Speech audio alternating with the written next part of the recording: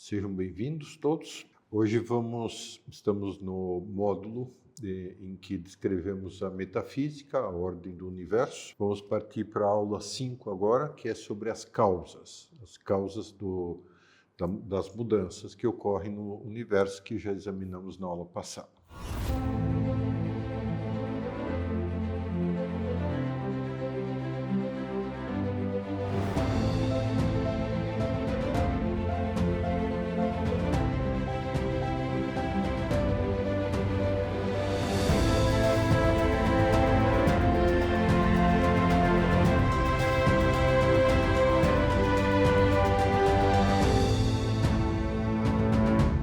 Desde sempre, a humanidade fabrica instrumentos, né? Desde sempre, isso aqui são instrumentos paleolíticos que têm entre 200 mil anos de idade e por volta de 40 mil anos de idade. No começo, digamos, são relativamente simples, mas a tecnologia de trabalho da pedra vai se aperfeiçoando, né, até que se produzem instrumentos já bastante requintados. Por exemplo, vocês veem aqui facas de pedra em que um dos lados, digamos assim, da pedra está totalmente afiado e o outro lado é mais arredondado, de maneira que se possa cortar com facilidade qualquer coisa. Vocês veem pontas de lança, né? Aqui, por exemplo, e esta, né? Vocês veem pontas de flechas, vocês veem lançadores de lanças, né? Vocês veem arpões feitos de chifre, material um pouco mais fácil de trabalhar. Vocês veem flautas feitas de ossos, vocês veem agulhas para cortar, para perfurar a pele e passar um fio, né? Vocês veem contas que podem ser organizadas num colar e, enfim, bastante, digamos, isso implica um conhecimento da causalidade, isto é, né, se eu atuo de determinada maneira, eu produzirei tal resultado. Só que, naturalmente, isso digamos, é necessário que haja algo algo prévio, algo que ajude a prever o resultado, né, do qual que eu pretendo atingir. Isso também implica, da parte do ser humano, um tipo de conhecimento que já é um conhecimento totalmente abstrato, né, ao contrário dos animais, que funciona por imagens, fundamentalmente. Aqui vocês têm uma bomba de água utilizada no Egito para irrigação desde praticamente 3.000 a.C. e possivelmente muito mais. E o princípio funciona segundo a espiral de Arquimedes, né? Arquimedes descreveu, foi o primeiro a descrever, por isso tem o nome disso, mas o instrumento já existia desde sempre, né? É o modo como ela leva a água para cima, né? E pode levar outras coisas, grãos, etc. e tal. Esse tipo de tecnologia, no início, e em algumas correntes, não propriamente filosóficas, durou até 1600, 1700 e dura, em parte, em alguns lugares, até hoje, sob a forma de uma visão esotérica da realidade, isto é, uma visão apoiada não propriamente na razão, mas em associações de coisas entre si. Então, se tentou, durante muito tempo, por exemplo, produzir coisas à base de uma espécie de tentativa de apossar-se ou de forçar o divino a fazer as coisas por nós. Quer dizer, é o tipo de magia que recebeu o nome de alquimia ao longo dos últimos séculos. Aqui tem duas imagens, uma medieval e outra moderna, mostrando a alquimia que se fazia de uma maneira não científica e sim por associação, portanto, por símbolos e imagens mais propriamente dita. Muito bem, mais uma vez, Aristóteles é o primeiro a se dedicar ao assunto das causas e a tentar entendê-las mais em profundidade e não a usar explicações esotéricas ou explicações mágicas para as coisas, né? E Aristóteles distingue nos pré-socráticos e os antecessores, Platão, por exemplo, já tratavam do assunto das causas, mas nenhum trata de uma maneira sistemática e abrangente como Aristóteles. Aristóteles distingue entre 4 tipos básicos de causas. A primeira, digamos que é uma que já examinamos, isto é, a matéria. A matéria parcialmente informada, né, como já distinguimos anteriormente, isto é, já dotada de formas mais básicas, ou seja, aquilo que nós conhecemos por material de construção, pedras, tijolos, ou que em animais e em plantas são moléculas biológicas, aqui vocês têm DNA, RNA e proteínas, etc., né? Matéria já parcialmente informada é a que é a base para se construir, no caso, um organismo, um cachorro. Ao mesmo tempo, essa matéria, sem uma forma que a estruture e a organize, lhe dê ordem, né, não produz nada. Então, precisamos da causa formal. Matéria parcialmente informada e causa formal são 2 constituintes, 2 causas centrais das coisas, como já examinamos nas aulas anteriores. Depois, tem a causa eficiente. Lembram do ato que precisa por uma potência em existência, esse ato, né, aqui recebe o nome de causa eficiente. No caso de um cachorro, serão os pais do cachorro. No caso de uma construção humana, será o ser humano que constrói. Agora, tudo precisa de uma finalidade, né? Tudo se faz por uma finalidade. Então, do ponto de vista dos cachorros, qual que é a finalidade do organismo? Tem 2 finalidades básicas. Uma, manter-se na existência. E a segunda, reproduzir-se, isto é, produzir outros semelhantes a si. Então, o que poderíamos chamar a causa final, ou a finalidade da existência do cachorro, a causa final primeira é produzir filhotes de cachorro. Agora, do ponto de vista do dono do cachorro, né? Digamos que seja um caçador, aqui vocês têm uma foto que pode ter 2 interpretações, que seria a causa final segunda do dono do cachorro. A causa final do dono pode ser caçar com o cachorro, que é o que basicamente está sendo retratado nessa foto. Ou, mais atualmente, como para a maioria dos donos de cachorro, é ter um pet, né? Algo fofinho que o acompanhe ao longo do dia e que possa ser destinatário do seu carinho, já que o ser humano, em geral, boa parte do ser humano na cultura ocidental, renunciou à sua causa final primeira, isto é, não quer ter filhos. Então, põe os pets como substitutos. Então, aqui vocês podem também interpretar a foto dessa forma.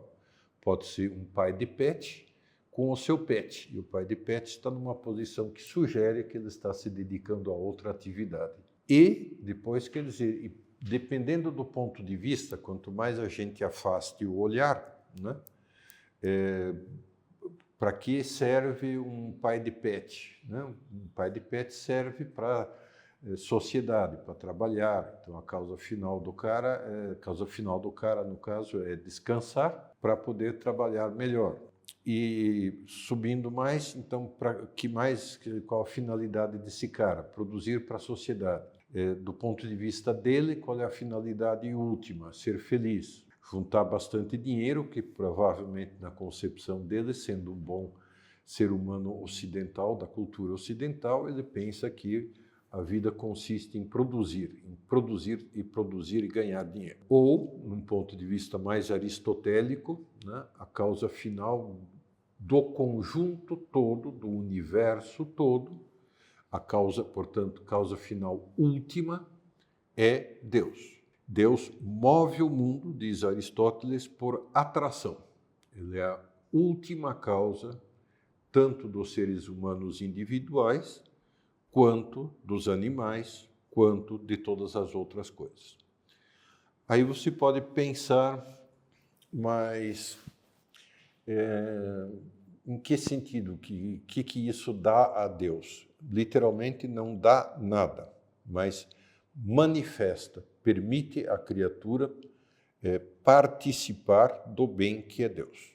Né? Essa é uma primeira visão aristotélica, quer dizer, Deus é a última causa de todo o mundo, de todo o universo, de toda a criatura. Por outro lado, né, também há uma prova da existência de Deus se simplesmente, na aula passada, quando falamos da mudança, a mudança dá uma visão de como a causalidade produz. Ela leva algo da potência para o ato e precisa para isso de um ato anterior, que em algum momento foi potência, que precisou de um ato anterior para se transformar em ato, que foi potência, que precisou de um ato e assim por diante. Temos ou uma série infinita não pode ser percorrida, portanto precisamos de um ato zero ou de uma causa zero. Se substituirmos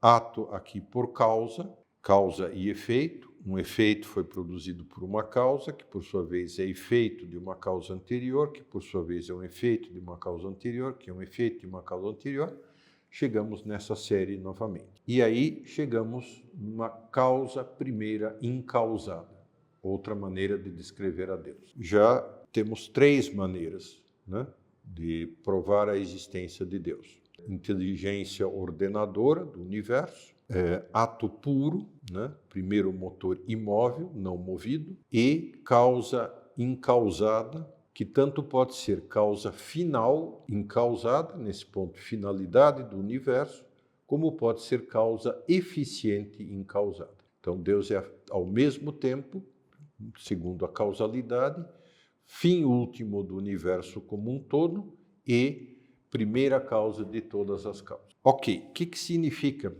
No esquema aristotélico, a causa final tem uma finalidade extremamente importante. Em última análise, nada se moveria sem causa final. Isso é um ponto extremamente importante.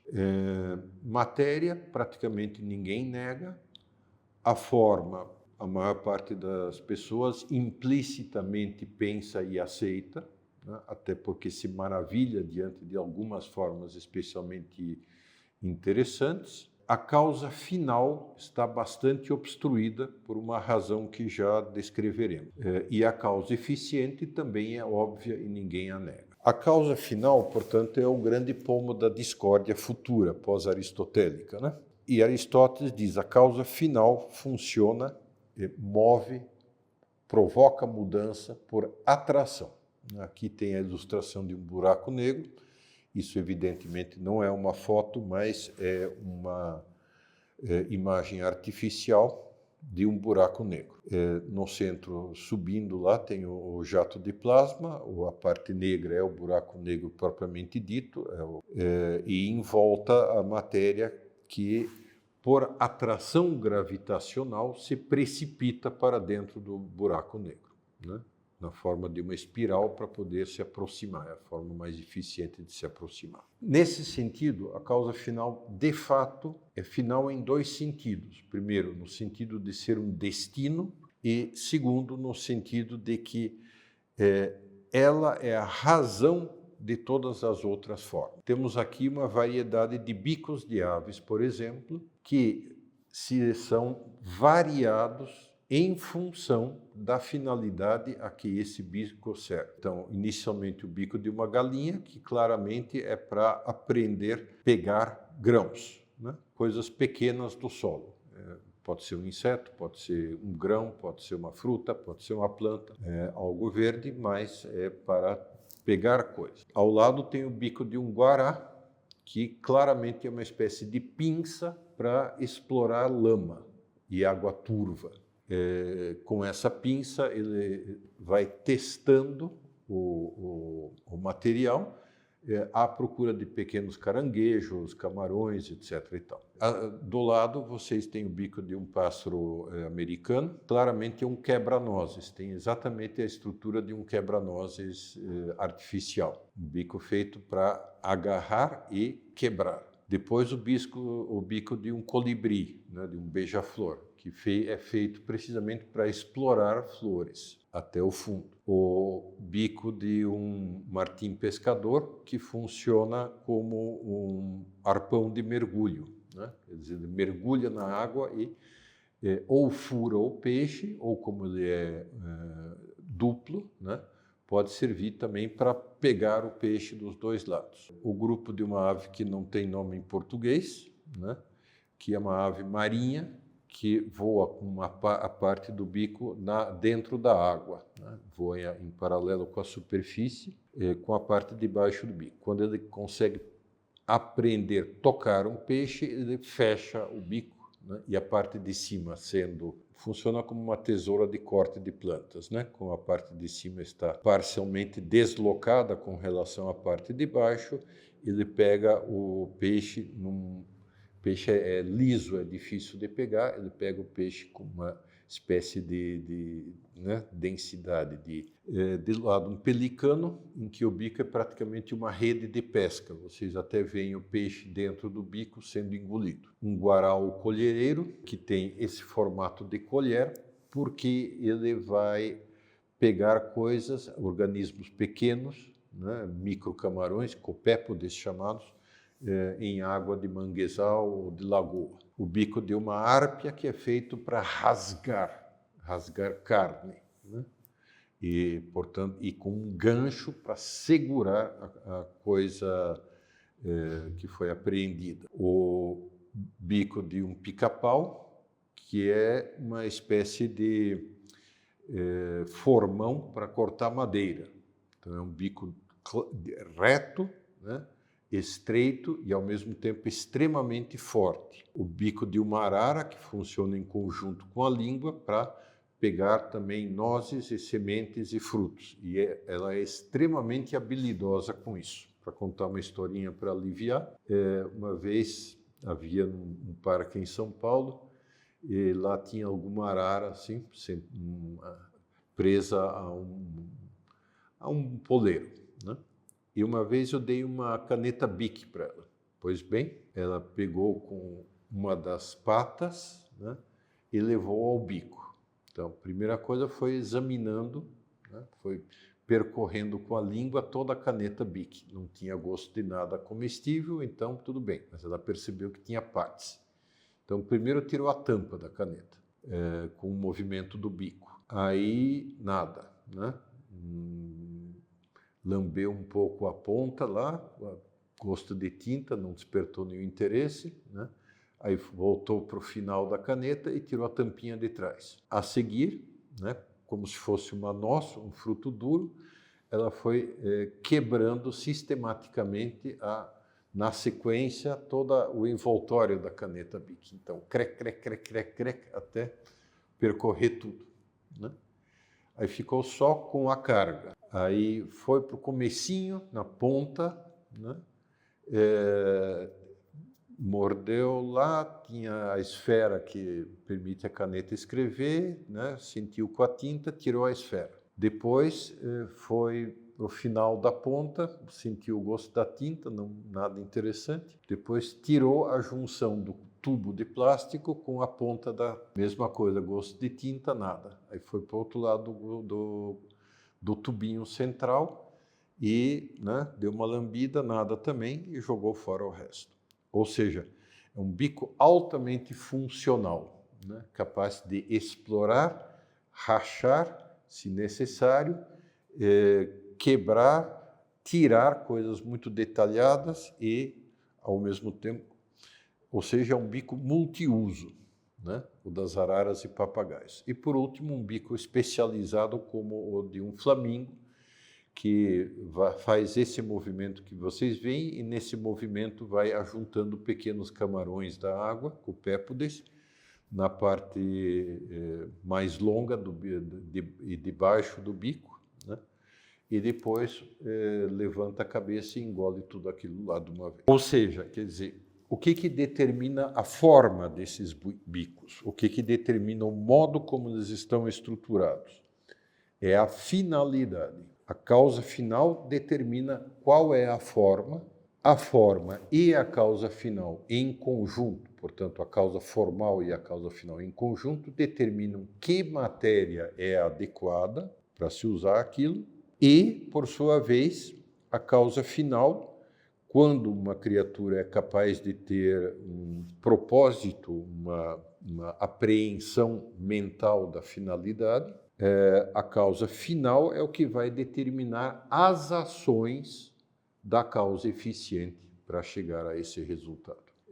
Então, no ser humano, diz Aristóteles, a causa final é a primeira na intenção e a última na realização. E se a gente olha para o universo como um todo, pode-se dizer a causa final é a primeira na intenção de Deus e a última na sua realização. E essa realização, por sua vez, implica um tempo linear que conduza até o estado final ou definitivo desse processo de mudança que observamos e que se chama realidade. Então vocês veem como, de certa forma, na causalidade, sobretudo na causalidade final, está sendo ilustrado tudo aquilo que nós vimos nas aulas anteriores. Essa é a razão, digamos, por que tantas vezes se pinta Deus como centro do universo. Aqui um ícone russo, né, mais ou menos de 1500 e pouco, né, da Catedral do Arcanjo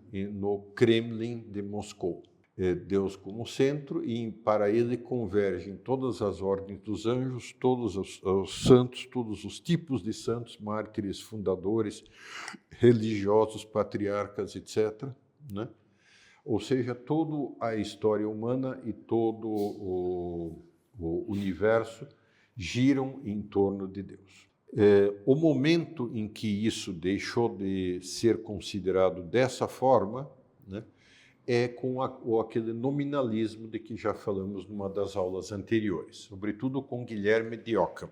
Guilherme de Ockham era um frade franciscano e tinha era discípulo não direto, mas de Duns Scoto, né, nominalista, portanto. Tem um tratado chamado Summa Logicae, tratado ou digamos assim, o grande manual, o resumo de toda a lógica. E ali ele formula um princípio que ficou extremamente famoso e, ao mesmo tempo, que é um princípio que pode induzir em erro, que hoje conhecemos como a navalha de Ockham, que é o princípio da parcimônia explicativa, ou seja, quando você for explicar alguma coisa, né, reduza ao mínimo de elementos possíveis a sua explicação. E nesse momento, portanto, quer dizer, aplicando ao nosso tema, ele afirma que devemos dar prioridade às causas observáveis e não invocar ou postular causas finais hipotéticas que não podem ser demonstradas diretamente. Por exemplo, a gente acabou de dizer, Aristóteles afirmava isso, Tomás de Aquino evidentemente, né, que a finalidade do universo é Deus. Agora, isso não é observável, o universo como um todo, né? Que sentido tem, para onde se dirige, qual a causa final, não sabemos. Se formos aplicar ao universo aquilo que conhecemos de todas as coisas materiais, para que elas existem? Bom, elas têm uma função dentro do todo, mas não conhecemos exatamente qual é essa função, qual é o seu sentido. Qual o sentido último, por exemplo, de uma árvore? Produzir outras árvores? Intrinsecamente é isso, mas e para que essa espécie de árvore é importante? Algum vislumbre a gente tem hoje em dia graças à expansão do ecologismo, né? Quer dizer, de entender a interação dos diversos organismos entre si, das diversas espécies de plantas e animais, e enxergar o papel que uns têm com relação aos outros. Mas e qual a finalidade de uma floresta, qual a finalidade de um deserto, qual a finalidade de um mar? Não sabemos dizer. Estritamente, é preciso dizer, bom, provavelmente isto cheira à finalidade de uma obra de arte. Para que serve uma obra de arte? Para transmitir beleza, para transmitir, né, uma grande visão que apela para as nossas emoções, a estética. Nesse sentido, sim. Um artista trabalha, às vezes trabalha muitíssimo, gasta horas e horas para produzir uma tela, ou uma música, ou uma estátua, que seja perfeita e transmita com intensidade uma emoção para nós. Qual a finalidade prática de uma obra de arte? Nenhuma. Tá bom, pode ser vendida em leilão, etc., mas tudo isso são causas secundárias, não são causas finais últimas daquela obra. A causa final última de uma obra de arte é transmitir algo que o artista queria dizer.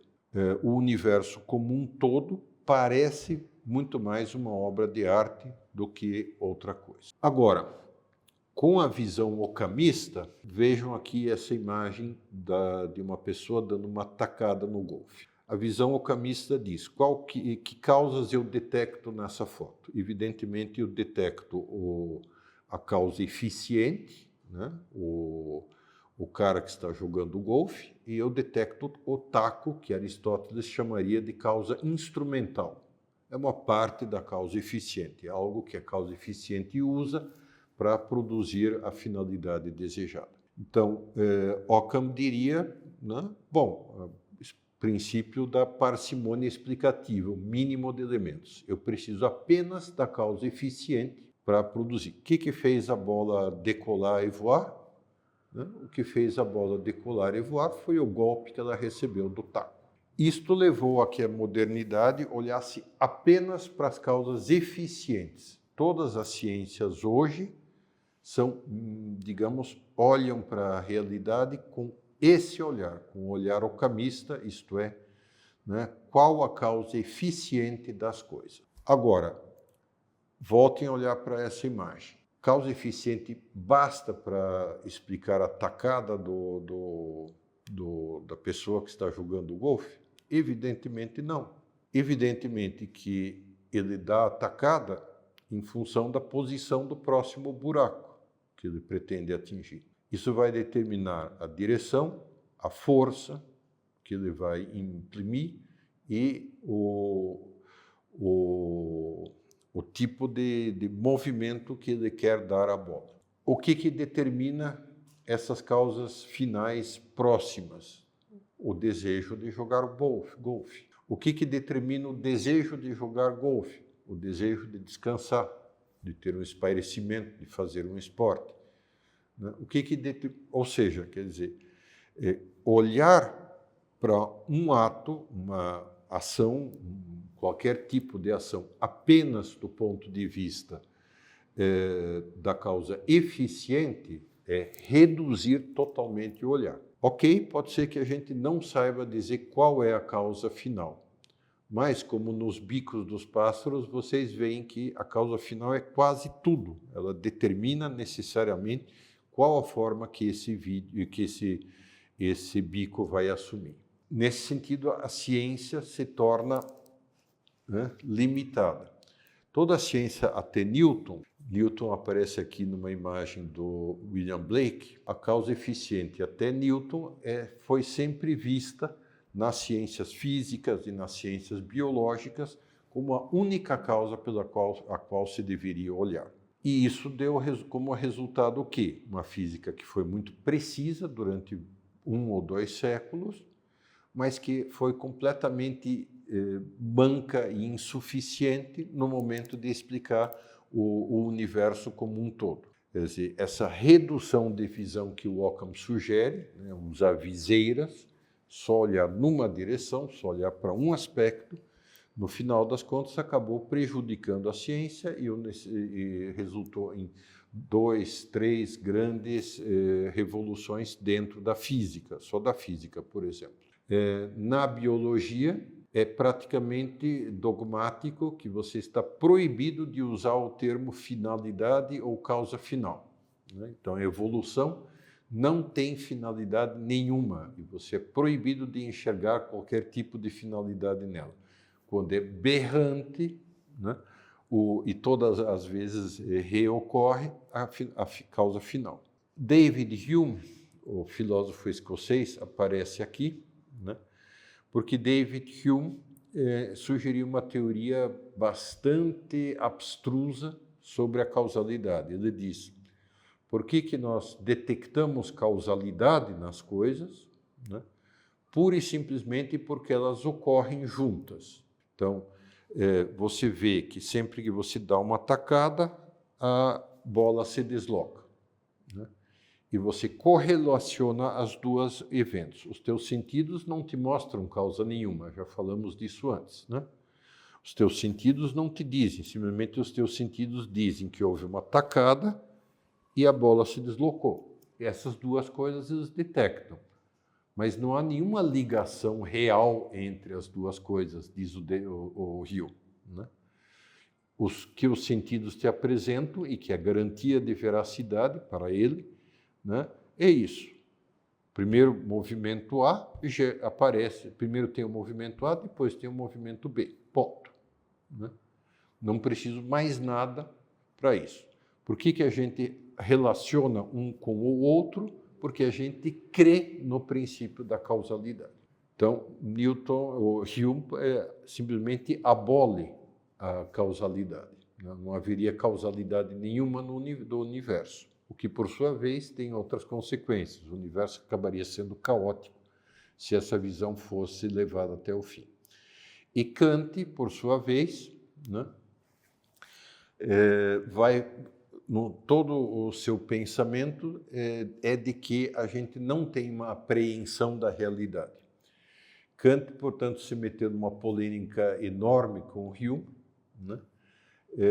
E para dizer que não, Hume estava errado, porque os princípios a priori mentais, isto é, os princípios que encontramos espontaneamente no nosso conhecimento, esses são os mesmos princípios da natureza. Sim, mas então, quer dizer, a causa final, a causa eficiente, as causas, pura e simplesmente, o próprio princípio da causalidade nada mais é do que um fenômeno da mente humana. Acabou.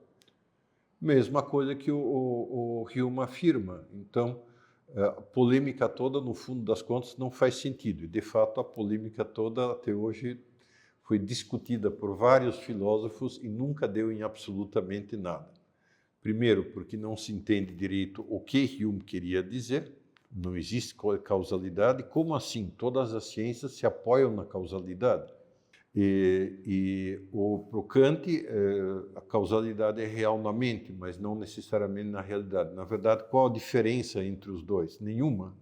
Enfim, é uma polêmica historicamente muito acirrada, mas que nunca levou a canto nenhum. Onde sim a causalidade foi usada e aplicada, agora de uma maneira mais sistemática e mais produtiva, foi nas ciências. Aqui, numa pintura dos princípios da produção, digamos, tecnológica da Inglaterra, do capitalismo, né?